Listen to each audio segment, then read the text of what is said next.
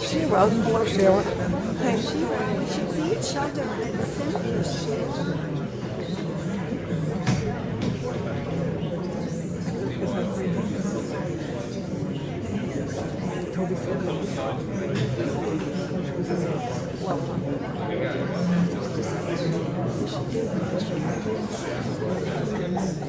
So he told me women. That year she met her. He met you in the whole room. She told me yesterday. Because me and only over town with her. She's dedicating her family. So she said, The agency chat wants to know what's going on. And then when I got chat that way.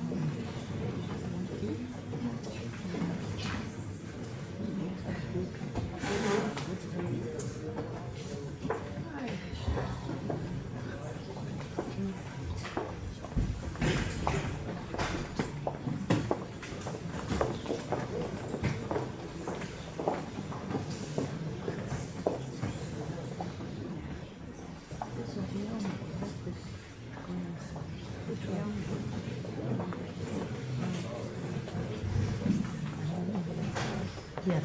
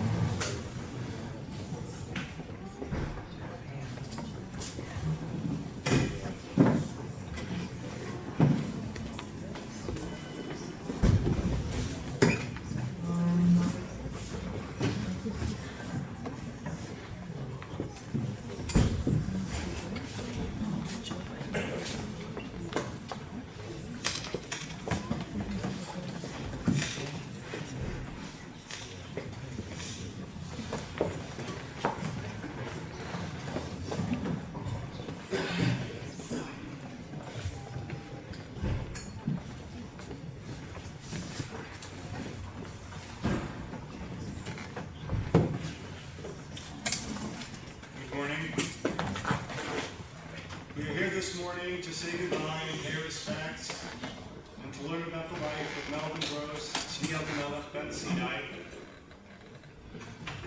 Mel was the beloved husband of Sharon Gross for 72 years. They loved each other and had many happy times together over those 72 years. Up until Sharon's passing 2.5 years ago, she would continue to find stains on his shirt. He would smile each time and lovingly say, "It's the same stain that's been here for the last 70 years." She passed away 2.5 years ago on Shushan Purim, and now with his passing on Simchas Torah, they are together continuing their lifelong love. Today in Chutz La'aretz is Yisur Chag, the day after a holiday, so it's custom to have less solemn eulogies. So instead today we'll share reflections about the life instead of having eulogies. Although I will note that in Israel, today is the second day after a holiday, and eulogies would be permitted in Israel. And since the majority of Mel's descendants find themselves in Israel, it is appropriate for us to share words of reflection and hesped today.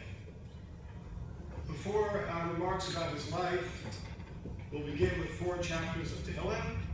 I'll call upon Rabbi Eitan Feiner of the White Shul to read the first bit.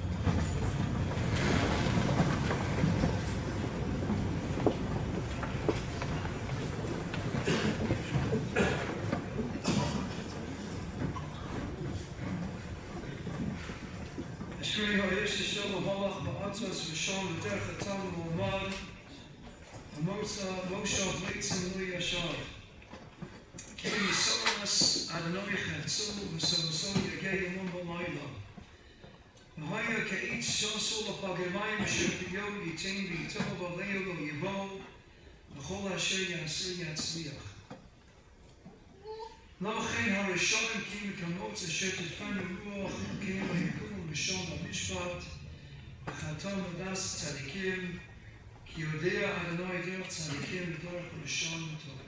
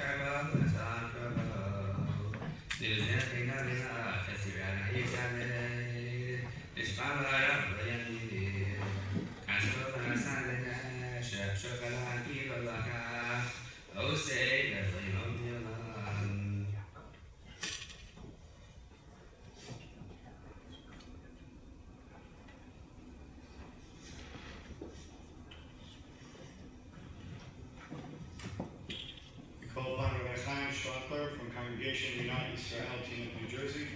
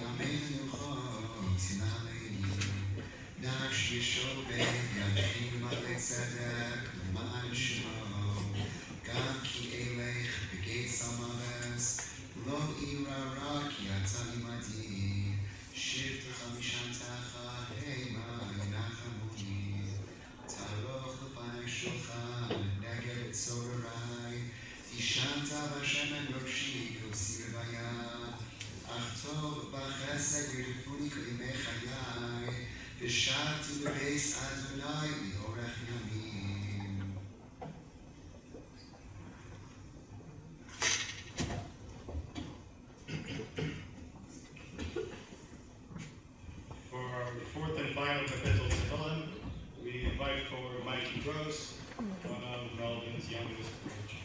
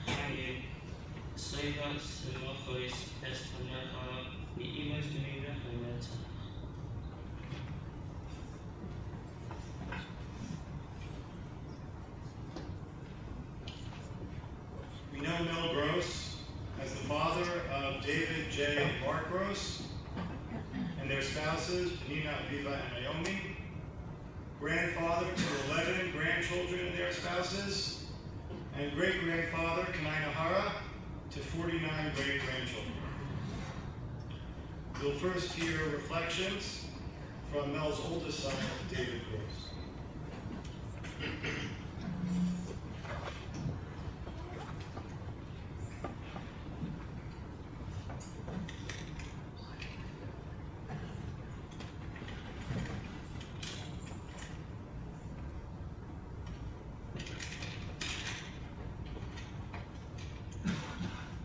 How should I remember my father?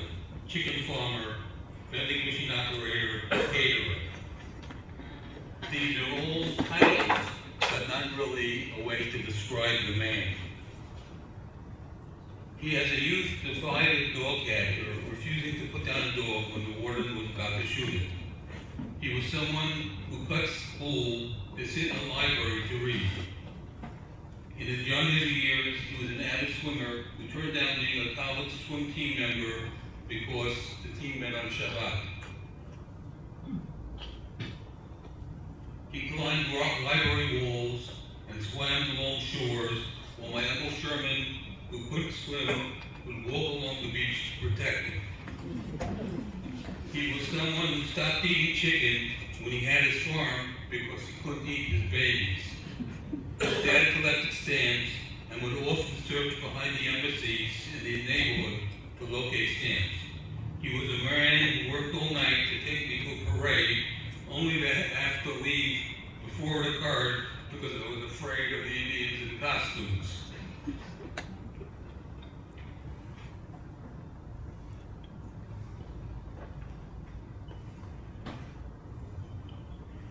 I remember Dad running out at night to replace a record I sat on, knowing I was devastated by the loss. He taught me how to play chess at a young age, so I could play with the elder lady who lived across the street when we lived in the Heights. I remember just running out in the mornings to walk the elder lady to shul. He was someone who was always sure to prepare extra food and catering in Forest Hills so that he could feed the elderly and the poor of the Forest Hills neighborhood. He drove my scout troop to an overnight, despite the fact that I was homesick, and would always be one of the first to volunteer to drive friends to school events. When he had a vending machine in the Pacific of Long Beach, he always doubled the candy in the slots because he felt yeshiva boys have to save their money. Dad had fostered my independence by showing pride when I stood up with the school bully, and I remember his excitement of his first trip to Israel, where he waited with a cousin for the gunboats that Israel had tricked France into selling to them to arrive. He had me do my own shopping and ordering in restaurants before I went off to Israel, so that I would learn to be self-reliant during my gap year. He was a kibitzer and yet warm target. He would strike up a conversation with strangers and often did. The young girls in the Regency thought of him as a second grandfather and came to him to get brachos. He took pride in his children and grandchildren, and we often discussed his hopes and suggestions for them. He's someone who's going to be sorely missed.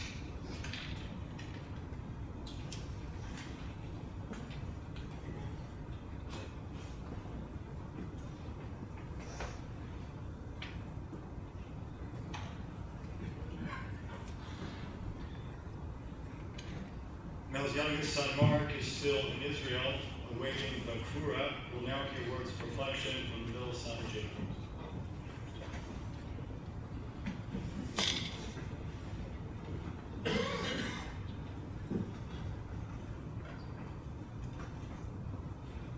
Last Shabbat, last Saturday, we read a very enigmatic book called Kohelet, or Ecclesiastes. I never pronounced that in English correctly, and loud apparently. I'll just read a few lines that many people here are familiar with, and quite famous and very timely for our times. L'kol zman ve'l'chol chepetz tachat shamayim. There is a season and a time to every purpose under the heaven. Eid laledet ve'eid lamut. Time to be born and a time to die.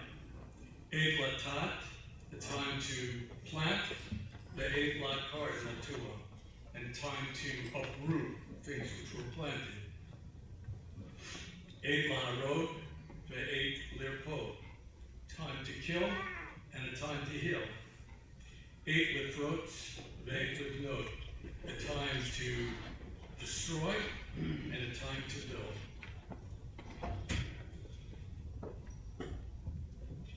Eid le'ahov ve'eid l'sno. Eid milchama ve'eid shalom. A time to love, a time to hate, a time for war, and a time for peace. We've been through a couple of Simchas Torahs over the last couple of years that reflect this tension, this dialectic. I'm going to try to do this. Will this go into if I'm not using the microphone effectively? Okay. That really reflected the very difficult times that all of us have lived through for the last 2 years.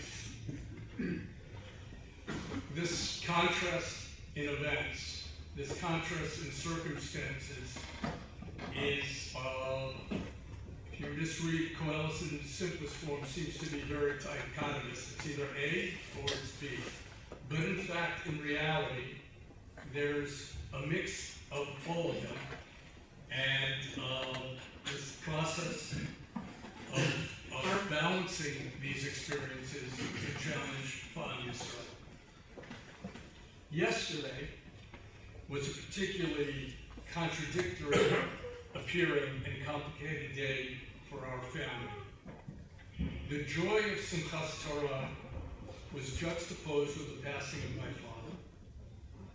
Perhaps by showing who my father was, I can make some sense out of it. I'm going to try to make it relatively brief because I know he's angry already at how long this is taking. I'm going to try to move it along. And I'm going to withhold a lot of the jokes because A, I can't match up with my father, and B, there'll be a lot of opportunity during the Shiva to share a lot of those stories and a lot of those jokes. But I'll try to avoid the folly of making a formal hesed and rather focus on the lessons that we can learn from who he was. There are characteristics that were central to my father's being, and the ones that we would all be fortunate to emulate. My father was not a child of privilege, but rather grew up in an environment of struggling new immigrants. He worked hard at different endeavors, as David alluded to, and he finally succeeded in creating Charmel Caterers. He proudly paid our full tuition for yeshiva, even when things were tight, readily willing to sacrifice some modest luxuries to meet what my parents felt was a moral obligation. He never gave up. He never complained about all the effort that he needed to expend until he finally succeeded. He admired people who he perceived to be as hard workers, no matter who they were or where they came from. He valued people primarily by their moral character, by the way they got to where they became or did become, and paid little attention to rank and status. Humility was at the center of his core. He never boasted and did not have a lot of patience for those who did. This is a commodity in short supply today, and most of us would benefit from trying to emulate this really compelling characteristic of my father. My father did not ascribe or advocate political doctrine or votes. He wasn't woke, he wasn't anti-woke, but long before there were political terms for this and movements, he was always sensitive to everybody, and particularly, he always worried about what he called the little guy. My parents were significant balei tzedakah to numerous yeshivot and organizations, but his real philanthropy consisted of giving money discreetly to those who needed it, giving jobs to those who sought them out, and providing housing in our basement for those who were in need. Loyalty to Yiddishkeit, to Israel, and to his friends and family was unrelenting. He never wanted to leave anyone behind, all that he loved and all that loved him. He served as a surrogate father and grandfather to those who lost their parents far too early in life. Finally, his most appreciated attribute, simchat chayim, the joy of life. He enjoyed life in many stages and brought everyone who interacted with him along for the ride. His sense of humor, banter, and warmth were boundless. And even in his 90s, his presence at the Regency and on Central Avenue was legendary. It did not matter if you were a college professor, a waiter, a barber, an Uber driver. Dad would engage everyone in long and humorous conversation. I'm not sure what his magic formula was, but we would all do well if we got a little sample of it. This finally brings us back to Simchat Torah. My father died just after having completed his own private mini hakafot. And similarly, my mother died as we were completing our Purim Suda. Arguably, the two most joyous moments of the year. It seems ironically ill-timed. However, I think it should be looked at a little differently. Perhaps it is worth paraphrasing Rabbi Laza's perspective or description of Shmini Atzeret.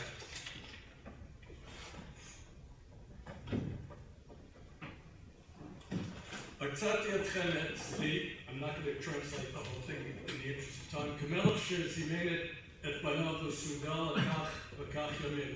Kevan she'egia zman alopater. When it finally became time for the king to let go of his guests and his children, Banai b'lachshamiken atvu imi od yom echad. Stay with me one more day. Sukkot is over, but I want you to stay for this day of Shmini Atzeret that today has evolved into Simchat Torah, but in fact always sort of had this nebulous, uncertain role. Kasha alay privatchem. It's very hard for me to let you go and for things to end. My parents hang on to the last possible moment of Chagim and the associated joy with me.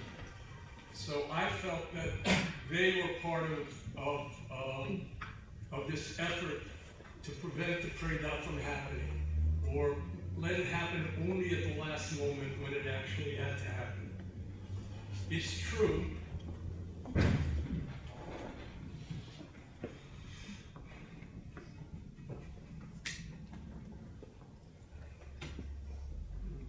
Kasher aleinu privatchem. It's hard for their departure. But just as Shmini Atzeret does not represent the end of future Chagim, mitzvot, and Talmud Torah, we hope that my parents' lessons and legacy are carried forward into the years and generations ahead. Hey, Nishmato, Surah, Surah.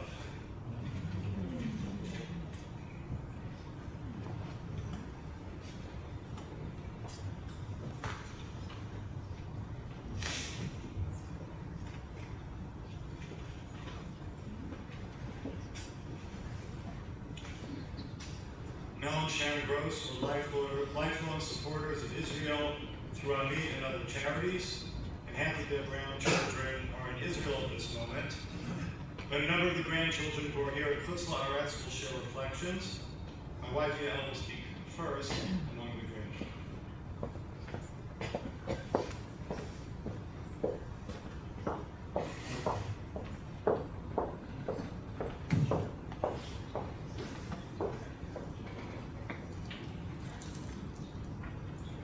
Anyone who ever met Saba never forgot him. He had a way with people that was so unique. He treated each person, even just a passerby, as someone who he had a deep connection to. The usual guard that people put up when talking to others immediately disappeared when Saba was in the conversation. I can't put my finger exactly how he did this. Without fail, any trip we ever went on with Saba, he must have made 20 friends. By example, Saba taught us all to embrace people no matter their personality, their interests, or background, and to always work to find a connection with them. Aside from engaging with everyone, Saba taught us all how to lead with positivity, drive, and a desire to help. From my first memories to my last memories, Saba was always on the move. What began as running on the boardwalk for 10 miles each morning became walking on Central Avenue, even when he was in a physical condition that most people would not even think of venturing out the door. Saba always lived life as, what am I able to do? I'm going to do it. No excuses of why it's hard or why I may not feel like it. In his work also, we saw the dedication, hard work, and perseverance with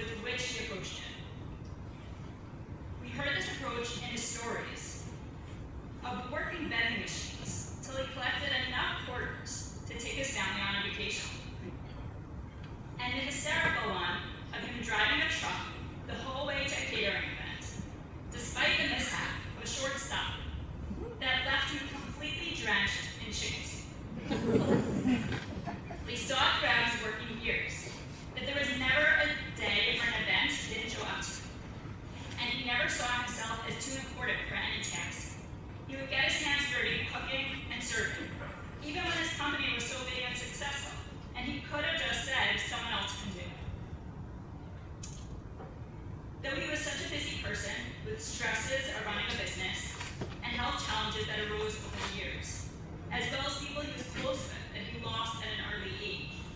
He never got bogged down by the unknown, the challenges, or the downturns. He was always able to step out of it and focus on the future and the bigger picture. Be present and live life at the fullest. Sometimes Saba took the optimism too far, ignoring rules like what foods he was not allowed to eat. Where he would regularly get kicked by Safta under the table to keep him in line.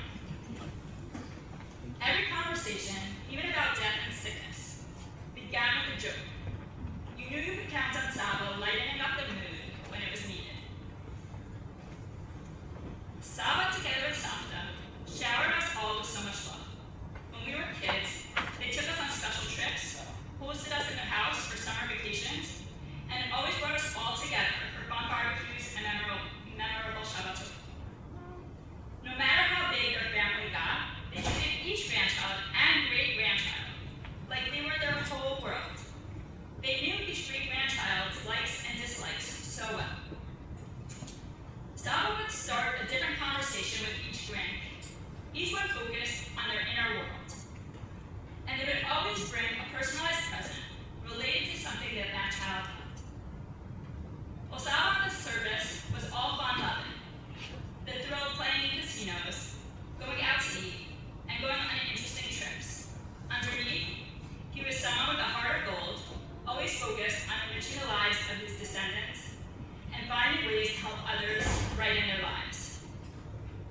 Saba never preached to us about what we should do, but his quiet actions have imparted on us a way of life we are ready to carry forward. It is hard to think what life will be like without Saba's jokes, love, and larger-than-life presence. We will all miss him so much.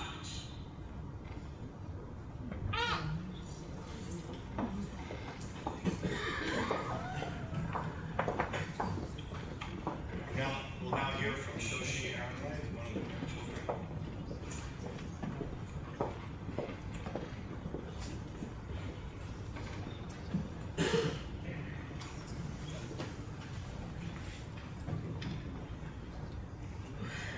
How do we begin to talk about Izzy?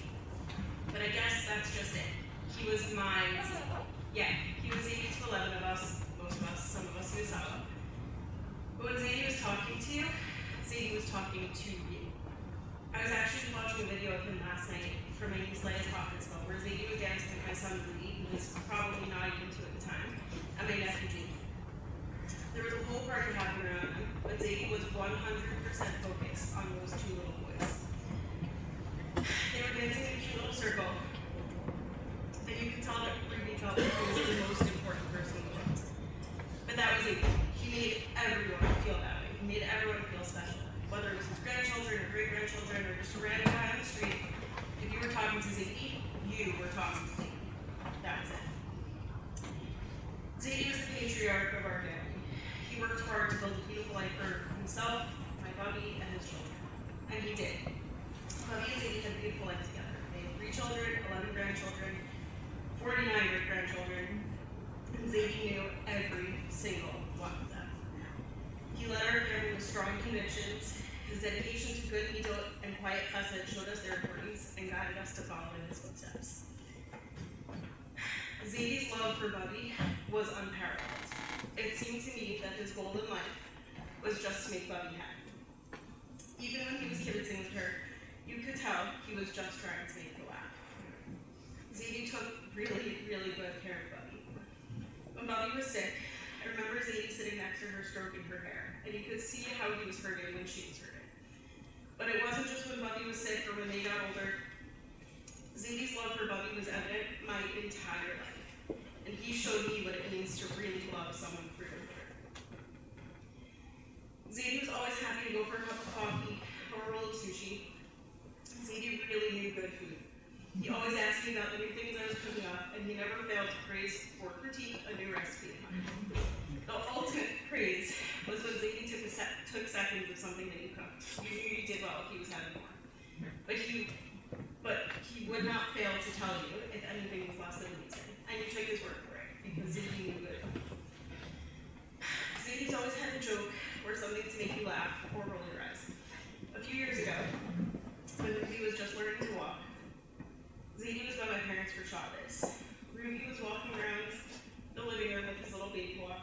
Zadie stood up and decided to race him around the room with his walker. The two of them raced around the living room until we convinced Zadie to sit down because it was a small room, he was getting dizzy, and we didn't want him to fall.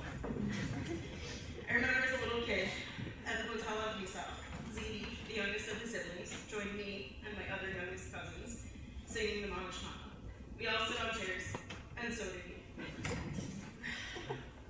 There's so much more I could say about my Zadie, but I know he's already rolling his eyes at the length of his speech, so I'll stop here. Zadie, thank you for loving me, for caring about me, for spending time with me even when I was an annoying little brat. Thank you for spoiling me, and making me feel like the most important person in the world. Thank you for being a role model for me. I have so many more things to thank you for, but I really have more things to ask and feel than you for. So Zadie, I ask you to feel free from all the times that I didn't call, all the times I could have been a better granddaughter, all the times I hurt you. Zadie, I love you. Please give me love.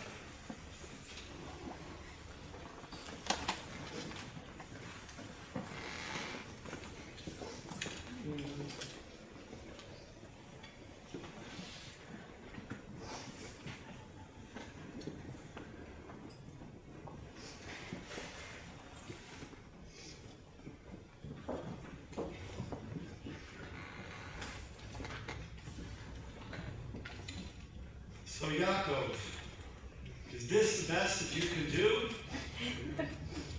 Those were the first words that Saba Long Beach said to me 23 years ago when I was dating his oldest granddaughter, and they left me speechless. That sentence captures Saba Long Beach so well. As in those short words, you see four aspects of his personality: his humor, his smile, and his wit, his humility and his self-deprecating sense of humor, his pursuit of relationships, and his commitment to family. I met with all the other speakers that Mel Gross would greet everybody with a smile and a joke, and he would brighten the day of everybody that he spoke to. Every person he would see, he'd think that he was trying to build a relationship.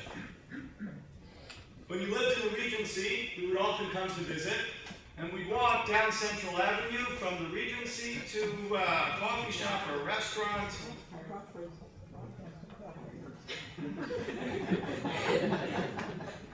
And we couldn't go more than 10 steps before we met another one of Saba's best friends, and they'd have a conversation, and he would joke with them. I would always wonder the people in the front lobby of the Regency. He would talk to them.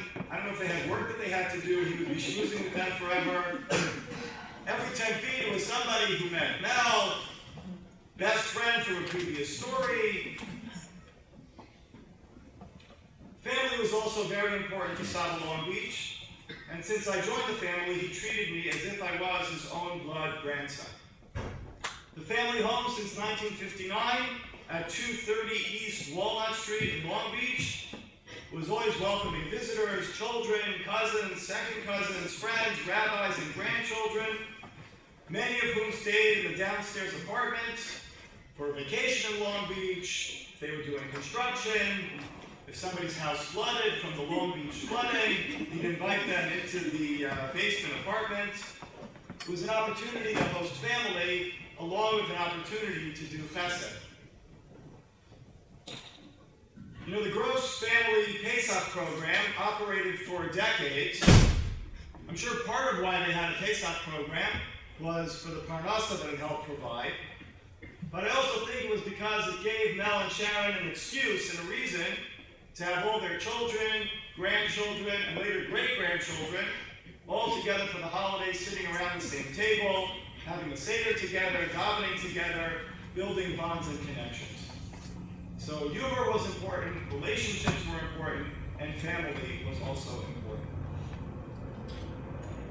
Mel Gross was born in 1928 to Sinai and Chana Gross.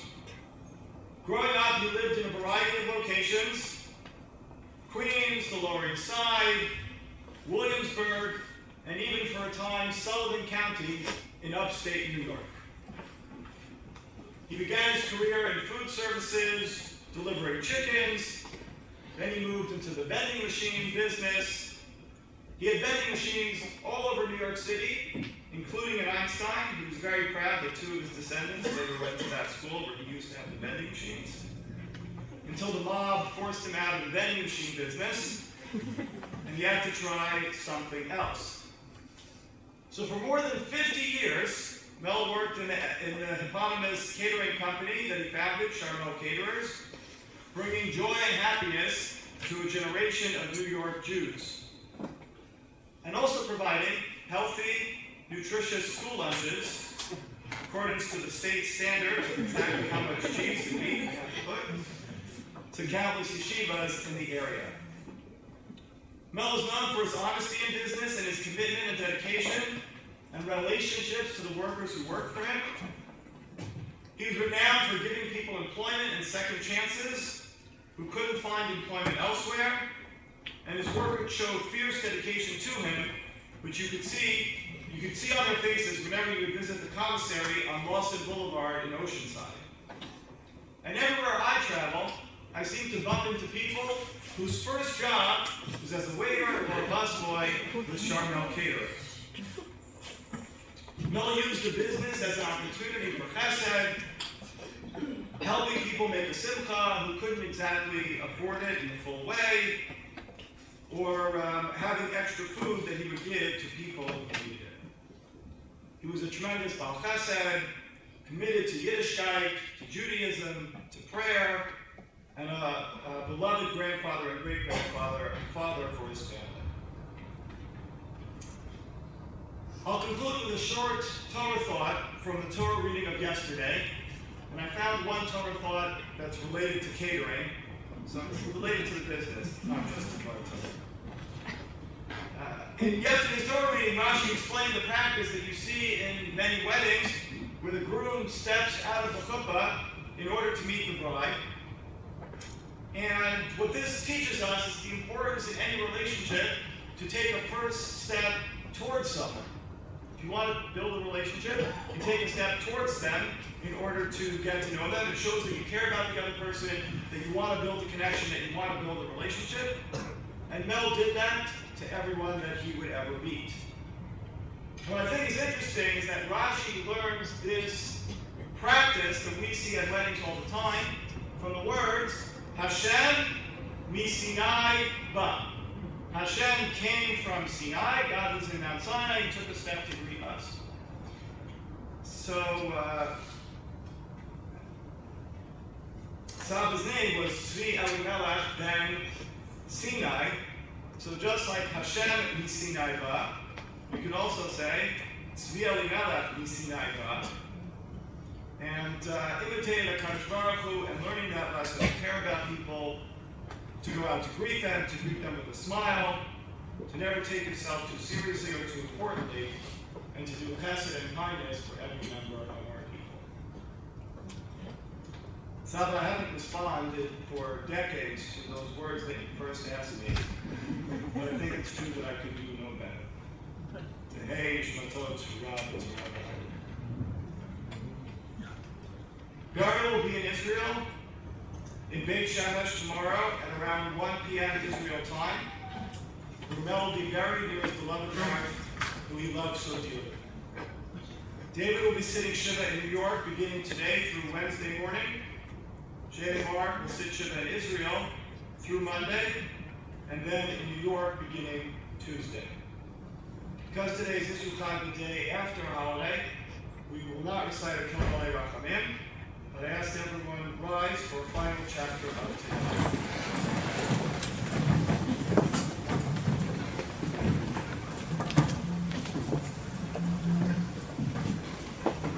Shalom Alos, Esai Hayam Beni Ayim Yavo Ezri Miyim Adonai Osei Shamayim Haaretz Hayitenu Mavagacha Yadum Shomerecha Yinei Le'enu Lo Yisham Shomer Yisrael Adonai Shomerecha Adonai Tzilecha Yad Yinecha Yomam Hashem Shleyakecha V'Yareach B'Layla Adonai Yishmorcha Mikora Yishmor Ez Nafshecha Adonai Yishmor Tzeizucha B'Lecha Mi'atad Yad Olam.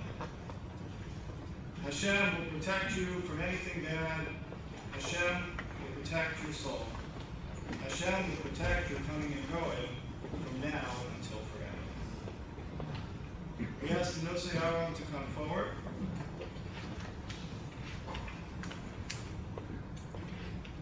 We will have the opportunity to do the mitzvah of Havayas Hames, of accompanying the deceased, as we leave the room that way to your left. The Aron will come first, followed by the Melvin, and then we'll proceed out to the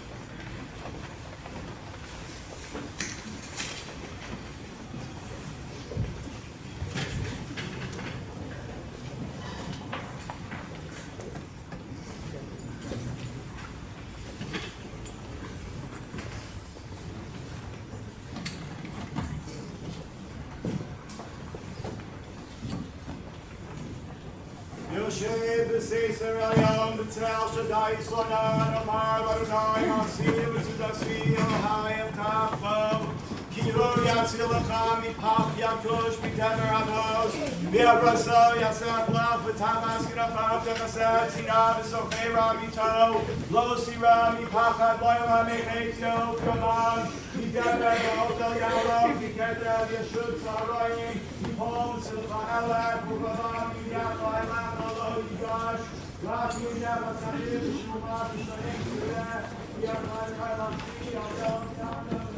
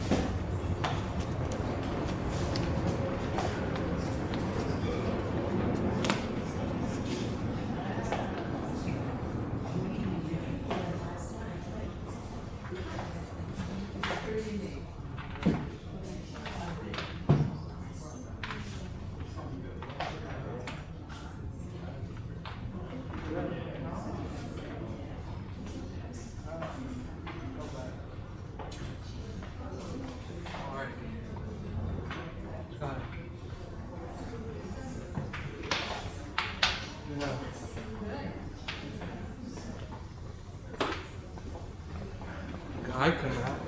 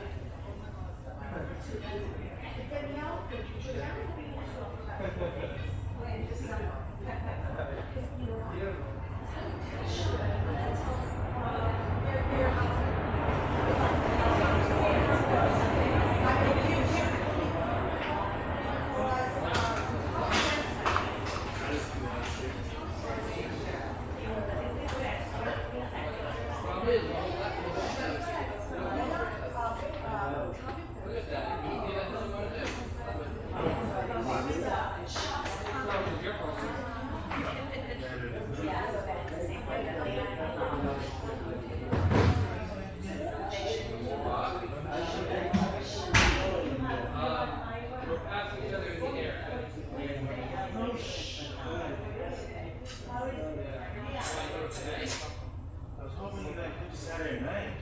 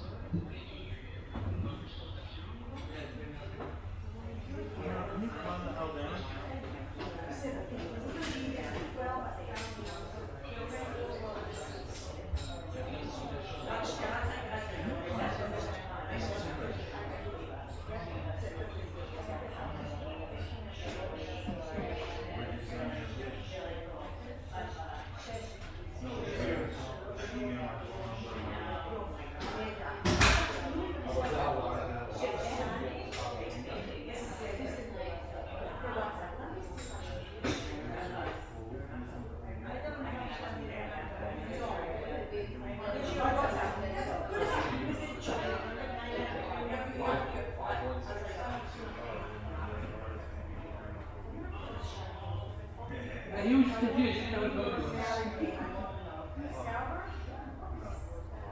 And he was also more confused. He was like, he's not going to If I write a message, he's not going to when he says wedding. if I write a message, okay, so no. Honestly, he's hoping he's just going to be this wedding. He's talking I about did not say that. No, that was a no.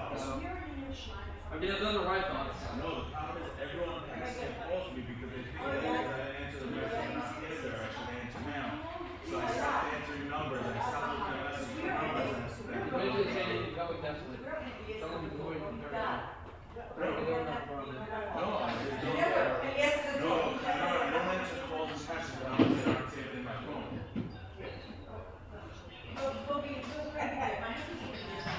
The one that's married, I'm pretty sure that would be a slight issue. I mean, it depends, you ask. No, it doesn't.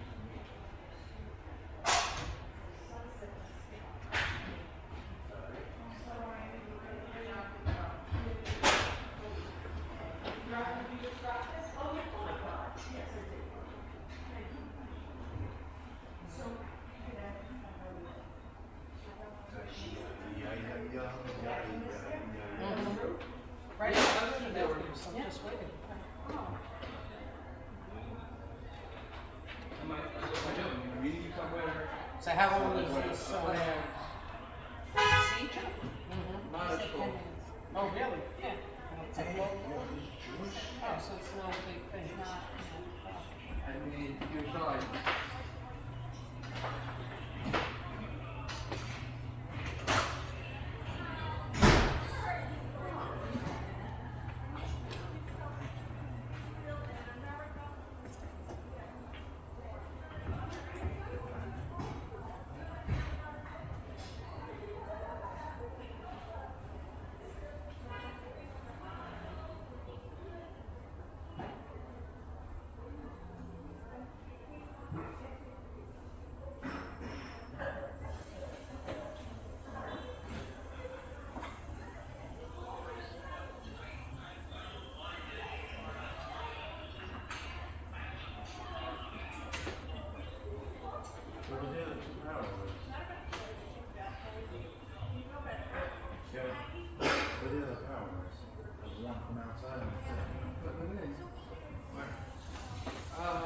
One's here.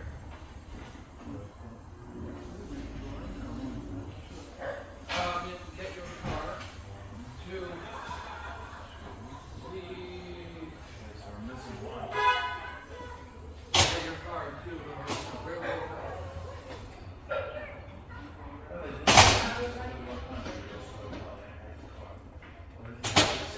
Say again?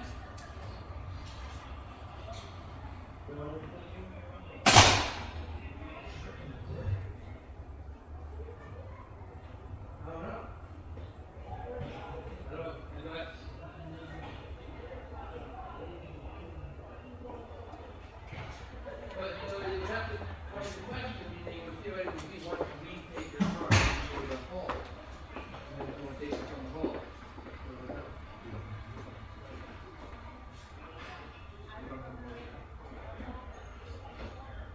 What's that one?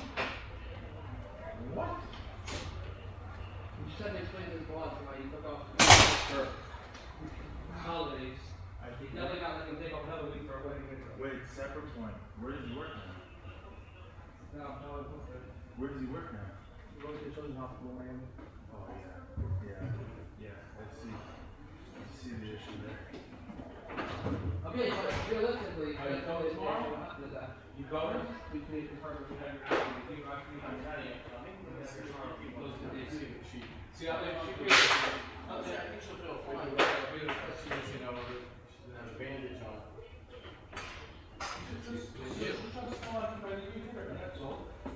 Who's gonna question that? We have to offer.